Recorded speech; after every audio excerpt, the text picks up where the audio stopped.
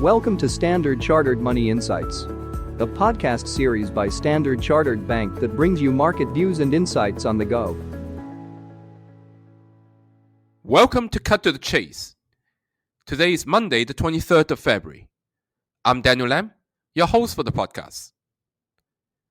Looking at the markets after the Chinese New Year break, I can see that the S&P 500 remains near the all-time highs with low volatility, while sentiment and positioning stays broadly balanced despite a leadership rotation. Now, the index has been hovering around record levels since late 2025 with low volatility.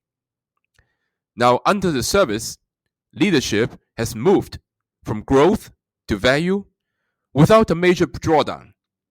And despite sharp price action in software stocks, investor sentiment stays quite healthy and stable. For those of you who have been listening to this podcast, you would recall that I have a derivatives background. So looking at volatility indicator is something that I do quite often. Now the VIX index, which is the short-term volatility measure of S&P 500, has risen from extremely low levels, but remains only slightly above its historical median. Now, the CBOE Skew Index remains high relative to historical levels, but has flattened since the start of the year.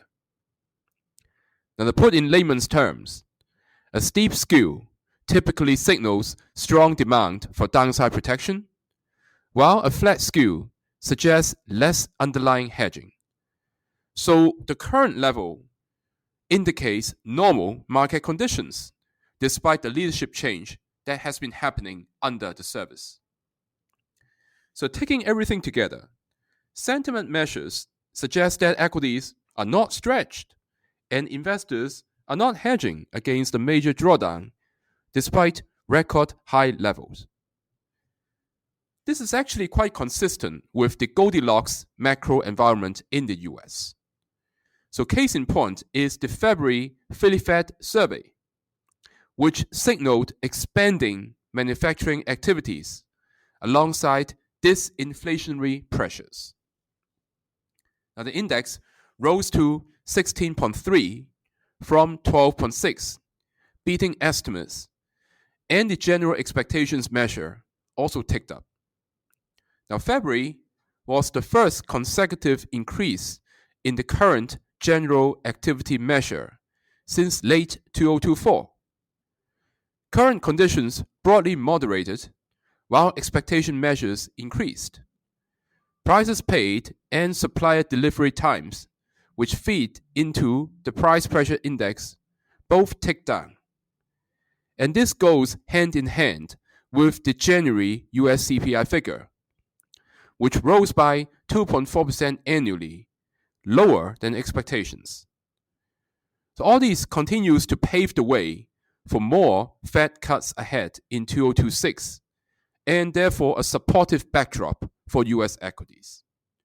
We would continue to advocate investors to be adding to US equities on pullbacks, such as the S&P 500 reaching 6,700 and 6,500 levels. That is all from me for today. As always, if you enjoyed this podcast, please don't forget to rate and like it. Thanks for listening, and we wish you a happy day ahead.